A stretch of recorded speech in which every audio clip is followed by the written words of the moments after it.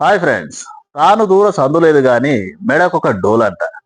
Friends మనలో కొంతమంది మరీ మంచితనంతో నుండి నీతిగా బతుకు నిజాయితీగా బతికి రూపాయి అప్పు లేకుండా ఎక్కడ చేజాపకుండా బతికే వాళ్ళు కూడా ఉంటారు ఫ్రెండ్స్. అట్లాంటోళ్ళకు ఒక చెడ్డ అలవాటు ఉంటుంది. ఏంటంటే ఎవరన్నా ఒక 50,000 కావాలి, ₹1,00,000 కావాలని అన్నో, తమ్ముడు, అక్కో, చెల్లో, బావో, బామ్మర్దో దగ్గర దగ్గర రిలేషన్‌లో ఎవరన్నా "నువ్వు తప్ప నాకు ఇంకెవ్వరు దిక్కులేదు.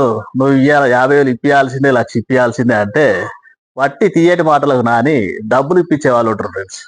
ఇలా ఇచ్చినోడు బానే ఉంటాడు, తీసుకున్నోడు బానే ఉంటాడు. ఈ మధ్యలో ఉన్న అమాయక చక్రవర్తి ఏమైతదంటే అటు మింగలేక, ఇటు కక్కలేక, అటు అడగలేక, ఇటు ఇవ్వలేక సతమతమయ్యే వాళ్ళు చాలా మంది ఉంటారు ఫ్రెండ్స్. ఉదాహరణ పైన ఫోటోలో గమనించండి ఫ్రెండ్స్. ఇద్దరు భార్యాభర్తలు వాళ్ళది సిద్దిపేట. వాళ్ళేమైందంటే చేసుకున్న వ్యాపారం చేసుకోక ఏం చేసిళ్ళు, దోస్తాన్లో గాని, రిలేషన్‌లో గాని కొంత అప్పు ఇప్పియమంటే మధ్యలో పడి 13,00,000 ఇప్పించినాడు ఫ్రెండ్స్. ఇప్పించినాక తీసుకున్నోడు సూపరు, ఇచ్చినోడు బంపరు. ఆయనకి 2 చొప్పున రూపాయన్నరనో ఏదో ఒక డబ్బులు వత్తనే ఉంటాయి. ఈ మధ్యవర్తికి ఏమైంది ప్రాబ్లమ్ అంటే తీసుకున్నోడు ఇవ్వడం లేదంట.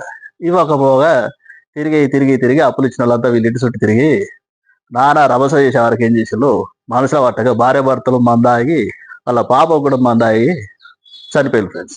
ఇందులో భార్యాభర్తలు ఇద్దరు చనిపోతే పాపం చిన్న పిల్ల మాత్రం బతికిందట ఫ్రెండ్స్. ఎంత దారుణం అంటే తాను తిన్నది కాదు, చూసిన పైసలు కూడా కాదు.